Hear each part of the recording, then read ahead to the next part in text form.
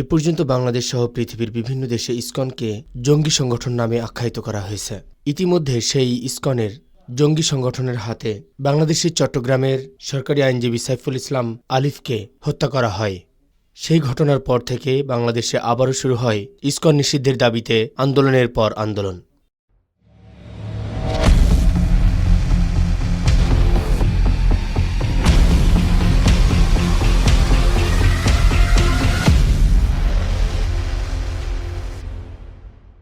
সেই আন্দোলনের ধারাবাহিকতায় খুলনা বিভাগের বাগেরহাট জেলার ফকিরহাট উপজেলার কাটাখালী বাস স্ট্যান্ডে ভারতের হাইকমিশনে হামলা ও ভাঙচুর এর প্রতিবাদে এবং উগ্রবাদী সংগঠন ইসকন নিষিদ্ধের দাবিতে এক বিশাল বিক্ষোভ সমাবেশ অনুষ্ঠিত হয়।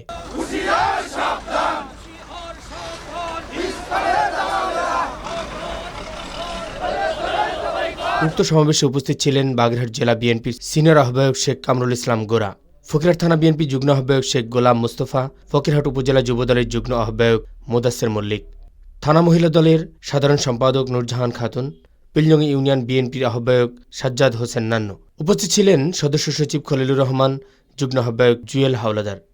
আর উপস্থিত ছিলেন বিলাল হালদার, হারুনার রশিদ, লফপুর ইউনিয়ন বিএনপি আহ্বায়ক আলিমুদ্দিন শেখ, সদস্য সচিব আব্দুল হাই, যুগ্ম আহ্বায়ক শরীফুল ইসলাম বেয়াড়া, ইউনিয়ন বিএনপি সদস্য সচিব নূর ইসলাম সহ থানা যুবদল, ছাত্রদল সহ বিএনপির বিভিন্ন অঙ্গ সংগঠনের নেতাকর্মীবৃন্দ।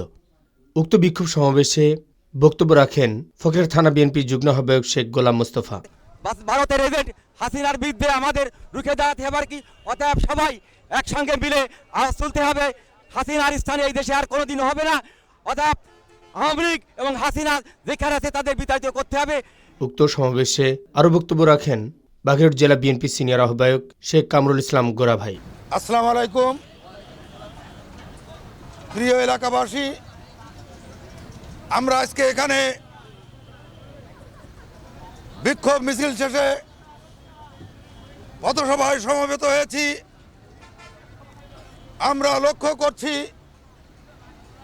স্বাধীন সার্বভৌম বাংলাদেশের অভ্যন্তরে একটি কুচক্রী মহল চক্রান্ত ষড়যন্ত্র করে আমাদের স্বাধীনতাকে নস্যাৎ করতে চায়। আজকে আমরা লক্ষ্য করছি ভারতের আগরতলায় বাংলাদেশ মিশন বন্ধ করে দেওয়া হয়েছে। গতকালকে বাংলাদেশ মিশনের অফিসে ঢুকে সেখানে আসবাবপত্র ভাঙচুর করা হয়েছে। বাংলাদেশের জাতীয় পতাকায় অগ্নিসংযোগ করা হয়েছে। তারই প্রতিবাদে এবং হাসিনা মোদি বাংলাদেশে যে অস্থিতিশীল পরিবেশ সৃষ্টির জন্য যে সমস্ত পরিকল্পনা করছে, সেই পরিকল্পনাকে নস্যাৎ করার লক্ষ্যে আমরা আজকে এখানে বিক্ষোভ সমাবেশ করছি। আজকে আমাদের সময় এসেছে জাতিকে সঠিক পথে যেতে হবে। হয় দেশের স্বাধীনতা সার্বভৌমত্ব রক্ষার পক্ষে থাকতে হবে, না হলে স্বাধীনতা সার্বভৌমত্ব নস্যাৎ করে দিয়ে পরাধীনতার শৃঙ্খল হাতে নিতে হবে। প্রিয়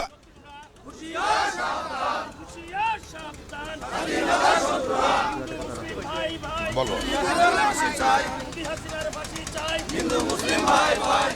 1971 সালে যে চেতনার মধ্য দিয়ে এদেশের স্বাধীনতা যুদ্ধ হয়েছিল, হিন্দু, মুসলিম, বৌদ্ধ, খ্রিস্টান একসাথে পশ্চিম পাকিস্তানিদের বিরুদ্ধে যুদ্ধ করে এদেশকে স্বাধীন করা হয়েছে। এদেশে কোনো সংখ্যালঘু বলে কোনো শব্দ নেই। এদেশে যারা বসবাস করে সবাই বাংলাদেশি। এই বাংলাদেশিদের স্বাধীনতা সার্বভৌমত্ব রক্ষার জন্য 71 সালের মতো আমাদেরকে আবার ঐক্যবদ্ধ হতে হবে। 71 সালে যেমন দেশে দুটি পক্ষ ছিল, একটি স্বাধীনতার পক্ষে আর একটি স্বাধীনতার বিপক্ষে। আজকে সময় এসেছে আমাদের এই লোকগুলোকে চিহ্নিত করা, কারা স্বাধীনতা রক্ষার পক্ষে। স্বাধীনতা রক্ষার পক্ষের লোকদের নিয়ে আমাদের ইস্পাত কঠিন ঐক্য করে তুলতে হবে। আমাদের এই স্বাধীনতা, রক্তে কিনা স্বাধীনতা আমরা কোনোভাবে নষ্ট হতে দেব না।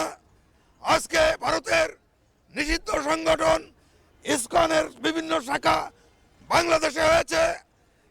এটি একটি হিন্দুত্ববাদী উগ্র সংগঠন। তারা এদেশে সাম্প্রদায়িক সম্প্রীতি নষ্ট করে, এদেশের অভ্যন্তরে সাম্প্রদায়িক সম্প্রীতি নষ্ট করতে চায়, সাম্প্রদায়িক দাঙ্গা বাঁধাতে চায়। এরই ধারাবাহিকতায় গতকাল রাতে ফকিরহাট কাজী আজহার আলী কলেজের গেটের সামনে ইসকন এবং ভারতের পতাকা অঙ্কন করে রেখেছে। কে বা কারা এ কাজের সাথে জড়িত আমরা ইতিমধ্যেই খবর জেনেছি। তাদের বিরুদ্ধে রাষ্ট্রদ্রোহ মামলা হবে, তাদেরকে কঠোর হস্তে দমন করা হবে। প্রিয় এলাকাবাসী, আপনারা সতর্ক থাকবেন। আমরা এলাকায় হিন্দু মুসলিম সাম্প্রদায়িক সম্প্রীতি বজায় রেখে বসবাস করি। এই সম্প্রীতি যেন কেউ নষ্ট করতে না পারে। দু একজন কুচক্রী লোক এই সম্প্রীতি যদি নষ্ট করতে চায় তাদেরকে রুখে দিতে হবে। আগামী দিন দেশ বিরোধী সকল ষড়যন্ত্র রুখে দেওয়ার আন্দোলনে আপনাদের সকলকে শরিক থাকার আহ্বান রেখে আমি আমার বক্তব্য শেষ করছি। আল্লাহ হাফেজ।